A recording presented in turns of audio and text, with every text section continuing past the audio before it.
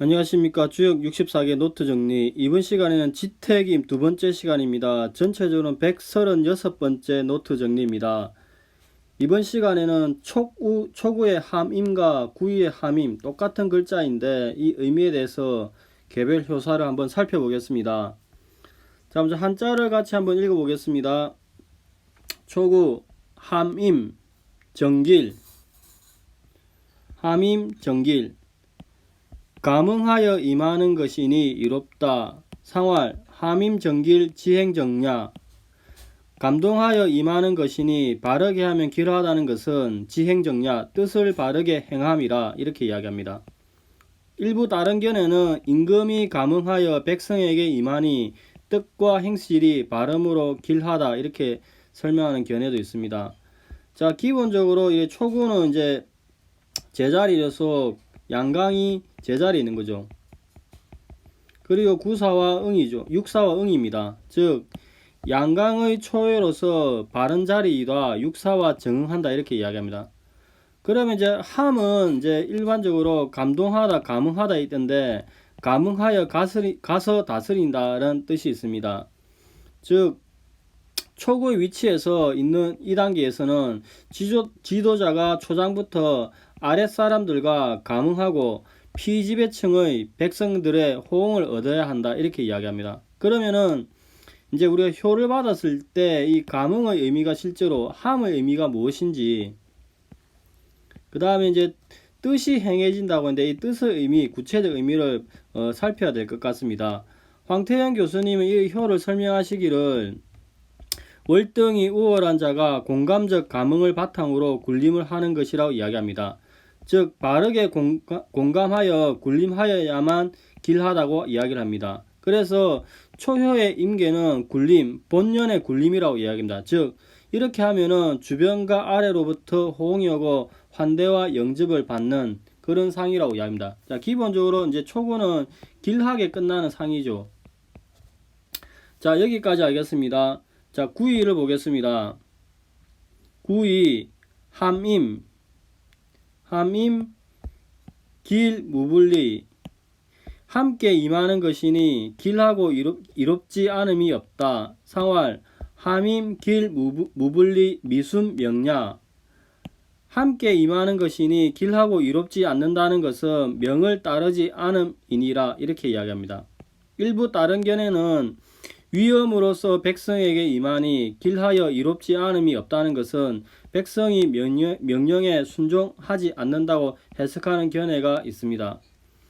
자, 기본적으로 이제 6이죠. 9인데 중을 얻었고 부정이죠. 부당이 제자리는 아니죠. 그 다음에 6, 5와 응의 관계는 있습니다. 즉 양강의 중이나 부당이다. 6, 5와 정응한다 이렇게 이야기합니다. 그게 똑같은 함자죠. 초구와. 그래 초구와 같이 감화시켜 임하는 모습이라고 이야기합니다. 근데 여기에 이제 한자가 미순명야가 나오죠. 이 미순명야의 의미에 대해서는 두 가지 견해가 있습니다. 순응하지 않는다는 견해와 그 다음 구의는 학계의 중앙에 있고 중도를 이제 행하고 또 강이라서 주관이 강하죠. 그 육고의 명령, 유약한 육의 명령에 굳이 따르지 않는 경우도 있다고 이야기합니다. 이를 또 이제 우리가 지수사계 그처럼 이렇게 지수사를 보면 이렇게 돼 있죠. 이 양강의 구의가 이제 왕과의 갈등에 있을 수 있는데 전장의 병사가 때로는 왕의 명령을 듣지 않을 수도 있던 그런 것과 비슷하게 장수가 궁궐 밖에 있는 경우에 왕의 명을 따르지 않는 경우도 있다 이렇게 이야기합니다. 그러면은 이제 김재현 교수님은 불순명과 미순명 차이를 구별하여서 이렇게 불과 미의 차이를 이야기하시면서 불순명은 명에 순종하지 않는 경우를 말하고 여기서 이야기하는 미순명은 잘못된 명에 순종하지 않는다고 이야기합니다. 잘못된 명에 왕이 내리는 잘못된 명의 대표적인 게 임진왜란 당시에 선조의 부산포 공격 명령을 예시로 들면서 이렇게 이야기합니다. 그러면 우리가 효를 받았을 때 이렇게 함임의 의미와 함임은 초구와 같죠. 근데 여기서 미순명의 의미가 무엇인지 상관성에 대해서 고민을 계속 해야 되겠죠. 그리고 이 명이 어떤 의미를 가지는지, 그 다음 미가 어떤 의미를 가지는지 고민이 되는 지점이라고 이야기했습니다. 그리고 이제 그 구이는 중의 자리이고, 그 다음 위에 이렇게 네 개의 음이 위치하고 있어서 꽉 누르는 상이죠. 그래, 이 상을 기초로 하여서 황태현 교수님은 이렇게 설명합니다. 양강한 구이는 음유한 6오와 감응하는 위치에 있다. 근데 구이는 음의 자리에 제자리는 아니다. 위의 네 음효는 네 음효로부터 저항과 불복을 구이는 당한다고 이야기합니다. 그래서 구이는 이러한 저항을 양강의 능력으로 돌파해야 된다고 이야기합니다. 그래서 원칙적으로는 공감의 능력을 가지고 이 저항을 돌파하여 리드를 해야 되는데 이러한 리드가 성공해야지 불리함이 없다고 이야기합니다. 즉 구이는 강중의 자리로서 고교라고 확고한 성품으로 일반적인 압박과 아부 사이에 중도인 공감의 길을 걸어야 된다고 이야기합니다. 근데 경우에 따라서는 상대방이 나의 요구나 명령에 순응하지 않는 경우 이들의 착오, 편견, 선입견, 몰상식, 어리석음에 대해서 유한 태도, 아부한 태도를 보이지 않고 이들을 진정하게 공감할 수 있는 분명한 표현과 행동으로 대처해야 된다고 이야기합니다.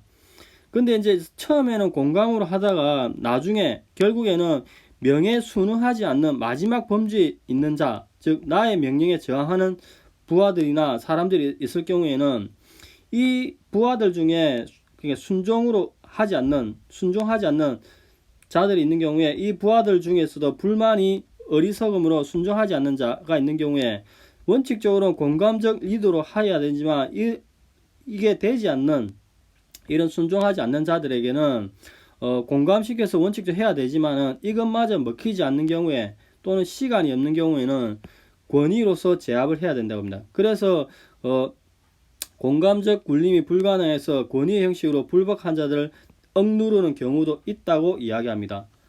근데 이제 이렇게 이야기를 하시지만 우리가 실제로 봤을 때는 이게 함이 이제 공감이죠. 공감이고 이게 미순명, 명을 따르지 않는데 이 명을 따르지 않는 자와의 이 처리 방법을 두고는 조금 어떻게 해야 할지 고민이 있는 지점은 확실히 있는 것 같습니다. 이것은 구체적인 상황을 받았을 때 조금 더 고민을 해야 될 지점인 것 같습니다. 자, 여기가 일반적인 설명이고 그 다산의 설명을 보겠습니다. 함임정길, 상활 함임정길 지행정야. 백성들을 감복시켜 따르게 함으로써 백성들 앞에 굴림을 하는 것이다. 이를 맡아 처리하면 길하다. 상활 함림정길이라고 한 것은 올바름을 향하려는 의지가 있음을 말한 것이다. 이렇게 이야기합니다. 그러면 함임, 감림에 대해서 보면은 함은 감응을 의미합니다. 그래서 음양의 두 기분이 서로 감응하여서 영향을 주는 거라고 이야기하는데 이 지택인 본계 자체를 보면은 이렇게 1과 4가 간과 음으로서 응하고 그 다음에 2와 5가 또 간과 음으로서 응하죠. 그래서 1과 4가 서로 감응하고 2와 5가 서로 감응하니 양자 모두 함림의 의미가 있다고 합니다. 이렇게 의미는 보면은 결국 감림은 백성들을 감복시켜 기쁘게 따르게 하니까 백성들에게 임하게 하는 것이다. 이렇게 이야기합니다. 그 다음에 뜻이 행해진다고 이야기하는 것은 변효가 되면은 초효가 되면은 지수사가 되죠. 지수사가 되면 이렇게 학계는 감이 되고 상계는 곤의 백성이 있어서 감의 뜻이 견고해지고 마침내 진의 길, 또 하옥계가 이렇게 진의 길이 나오는 거죠. 진의 길에 당도하니까 일을 맡아 처리해도 길하다, 이러한 물상이 나오는 겁니다. 자, 여기가 초국어 구의를 보겠습니다. 함림 길 무불리, 상활 함림 길 무불리 미순 명야.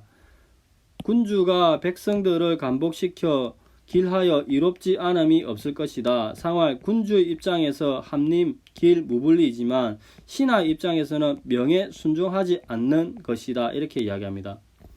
그러면 그 감림 똑같죠.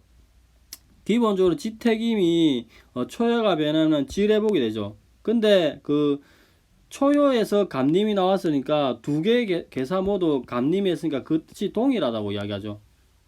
그 다음에 이제 미순명야를 보면은 이렇게 지택임을 이게 뒤집어서 보면은 요렇게 뒤집어서 보는 거죠. 뒤집어 보면은 거꾸로 되죠. 그래서 풍지간이 되죠. 풍지간은 위에 보면은 상계의 손의 명령이 있고 고원의 백성이 순종하여서 명령을 따르는 상이 나온다고 이야기합니다. 근데 이게 거꾸로 뒤집은 이 지택임은 그런 상이 나오지 않는 거죠. 그래서 지택임께는 기본적으로 그 관계가 뒤집어진 형태이지만 이로써 군자의 관점에서는 불리할 게 없지만 신하의 관점에서는 임계는 군림하는 상인데 순명의 상은 아니죠. 그래서 결국에는 풍지간이 뒤집어진 지택임계는 순명의 상이 아니므로 신하의 관점에서 보면은 길하다고 볼 수가 없다. 이렇게 이야기하는 것입니다. 자, 오늘은 이제 그 지택임의 초구와 구위에서 봤는데 초구, 구위 모두 함자를 쓰고 있는데 그 함자의 의미에 대해서 검토를 하고 초구에서는 함과 길, 뜻 여기 나오는 이제 함과 길의 뜻 의미에 대해서 이렇게 보면은 여기 함, 그 다음에 길, 뜻이 행해진다 이 세 개의 상관성에 대해서 볼 필요가 있고 구위에 대해서는 이 미순명의 의미가 무엇인지 조금 더 검토를 해야 될 부분인 것 같습니다. 자, 오늘은 여기까지 하겠습니다. 감사합니다. 좋은 하루 되십시오.